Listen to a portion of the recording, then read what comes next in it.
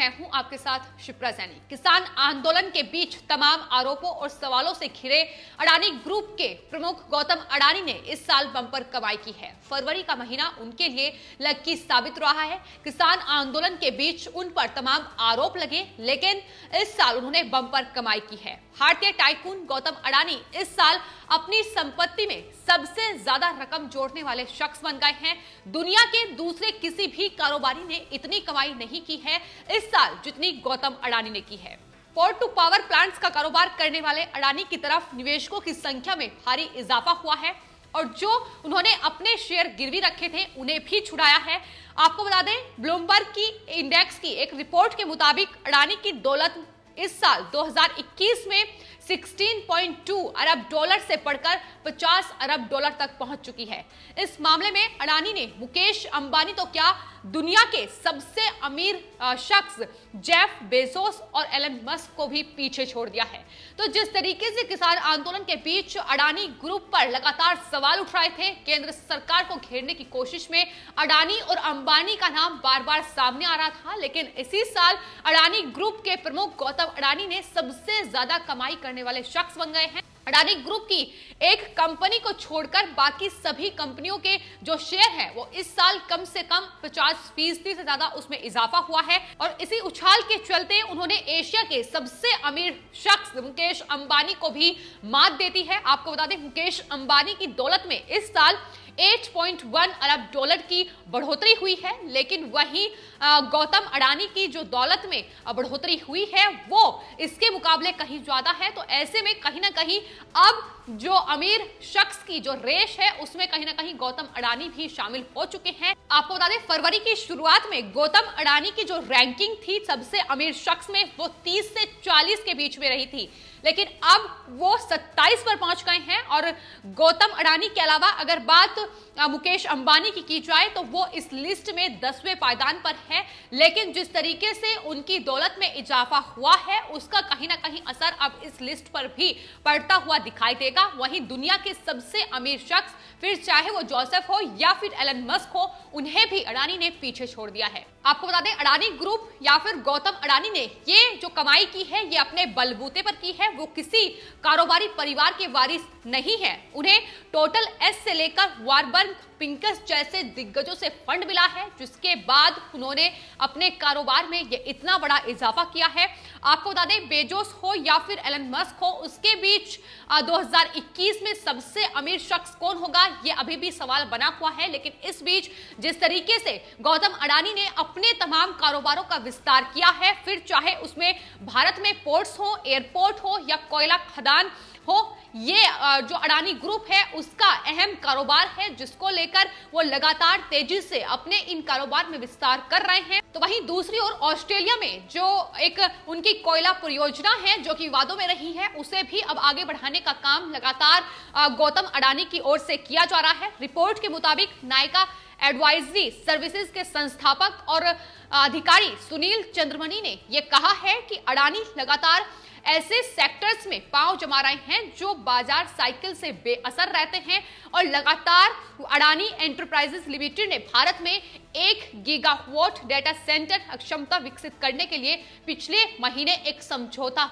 भी किया है, उस पर हस्ताक्षर किए हैं। यह जानकारी उनकी तरफ से दी गई है। तो लगातार भारत में जो उनका कारोबार है, फिर चाहे वो पोर्ट्स हो, एयरपोर्ट हो या फिर कोयला परियोजना हो, उनमें लगातार विस्तार किया जा रहा है। और यही वजह है कि जो कमाई में इजाफा हुआ है वो अपने आप में कहीं ना कहीं विपक्ष को जवाब देने के लिए काफी है, क्योंकि किस तरीके से न सिर्फ उनके निवेशकों में की संख्या में इजाफा हुआ है, बल्कि उन्होंने तमाम वो शेयर्स भी छुड़ाए हैं जो कि कहीं ना कहीं गिरवी रखे हुए थे। आपको बता दें, पिछले साल 2020 से लेकर और फिलहाल जो किसान आंदोलन देश में चल रहा है उसको लेकर गौतम अडानी और मुकेश अंबानी इनको घेरने की पुरजोर तरीके से कोशिश की गई।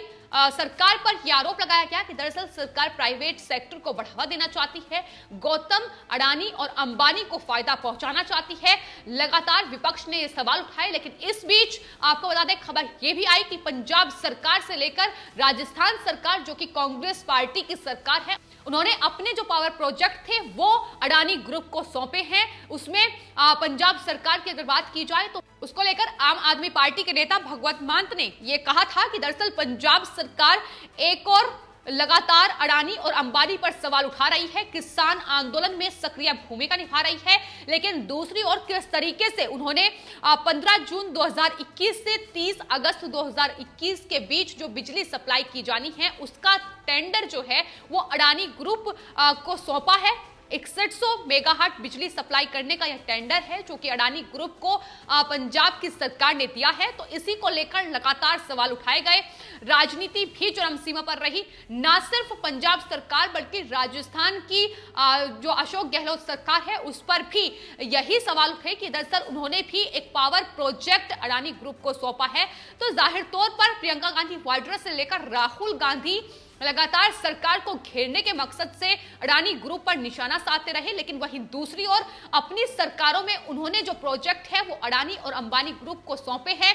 आपको बता दें, राजस्थान में अडानी ग्रुप 9700 मेगावाट के सोलर हाइब्रिड और विंड एनर्जी पार्क विकसित करने जा रहा है। 5 सोलर प्रोजेक्ट में कारोबारी समूह 50,000 करोड़ का रुपए का निवेश राजस्थान में करेगा, यानी अडानी ग्रुप 50,000 करोड़ का निवेश करने जा रही है। लेकिन वहीं यही कांग्रेस पार्टी की सरकार, यही राहुल गांधी, प्रियंका गांधी वाड्रा, अशोक गहलोत किसान आंदोलन की आड़ में जो अपनी सियासी रोटियां सेक रहे हैं वो लगातार सरकार को अडानी और अंबानी का नाम लेकर घेरते नजर आ रहे हैं। वहीं दूसरी ओर महाराष्ट्र में अगर बात की जाए तो महाराष्ट्र में शिवसेना, एनसीपी और कांग्रेस पार्टी की गठबंधन की सरकार है, लेकिन उस सरकार ने भी दिघी पोर्ट अडानी ग्रुप को सौंप दिया है। एक मीडिया रिपोर्ट के मुताबिक अडानी ग्रुप ने 705 करोड़ रुपए में दिघी पोर्ट लिमिटेड की 100% हिस्सेदारी खरीद ली है। ये दरअसल अडानी ग्रुप की तरफ से भी इस पर बयान दिया गया था, उन्होंने भी ये स्वीकार किया था। कंपनी ने यह कहा है कि 10,000 करोड़ रुपए का निवेश वो अब दिघी पोर्ट में करेगी। तो इस तरीके से जो विपक्ष की सरकारें हैं जिन राज्यों में, वो लगातार अपने जो प्रोजेक्ट हैं वो अडानी और अंबानी ग्रुप को सौंप रही है, लेकिन दूसरी ओर सियासत किस तरीके से सिर्फ और सिर्फ बीजेपी और केंद्र सरकार को घेरने के लिए कर रही है, ये भी इसकी भी बानगी देखने को मिल रही है। तो सवाल यही उठता है कि आखिर इस तरीके से दोगली बातें क्यों की जा रही है। तो आपको बता दें, हाल ही में कांग्रेस नेता राहुल गांधी ने संसद में बजट पर चर्चा के दौरान सरकार पर निशाना साधते हुए ये कहा था कि दरअसल ये सरकार हम दो हमारे दो के फॉर्मूले पर चल रही है और देश को 4 लोग चला रहे हैं। जाहिर तौर पर कहीं ना कहीं अंबानी और अडानी को लेकर ही निशाना राहुल गांधी ने साधा था, लेकिन उसके बाद ये खबर सामने आई कि महाराष्ट्र में दिघी पोर्ट और राजस्थान में सरकार ने जो अपना प्रोजेक्ट है, पावर प्रोजेक्ट है, वो अडानी ग्रुप को सौंप दिया है, जिसके बाद तमाम बीजेपी के नेता कांग्रेस पार्टी पर हमलावर नजर आए। उन्होंने साफ तौर पर कहा कि राहुल गांधी जिस फॉर्मूले पर चल रहे हैं वो फॉर्मूला उन्होंने लोकसभा में बता दिया है। किस तरीके से वो सिर्फ और सिर्फ किसानों को बरगलाने की राजनीति ही करते नजर आए हैं, किसानों को बरगलाकर किस तरीके से अपनी राजनीतिक रोटियां सेकी जा सके, इसी का काम राहुल गांधी और उनकी पार्टी कर रही है। और इसी कड़ी में लगातार केंद्र सरकार को घेरने की कोशिश भी की जा रही थी, क्योंकि जाहिर तौर पर किसानों का भी यही कहना था कि दरअसल अडानी और अंबानी ग्रुप के लिए ही केंद्र सरकार ने ये कृषि कानून लेकर आई है। लेकिन सच्चाई क्या है, ये तमाम रिपोर्ट सामने आई है। तो चाहे महाराष्ट्र में दिघी पोर्ट हो या फिर पंजाब और राजस्थान सरकार ने अपने पावर प्रोजेक्ट अडानी ग्रुप को सौंपे हो, तो इसको लेकर ये साफ तौर पर तस्वीर सामने है कि किस तरीके से सिर्फ और सिर्फ दोगली राजनीति कांग्रेस पार्टी करती नजर आई है और अभी भी वही कर रही है।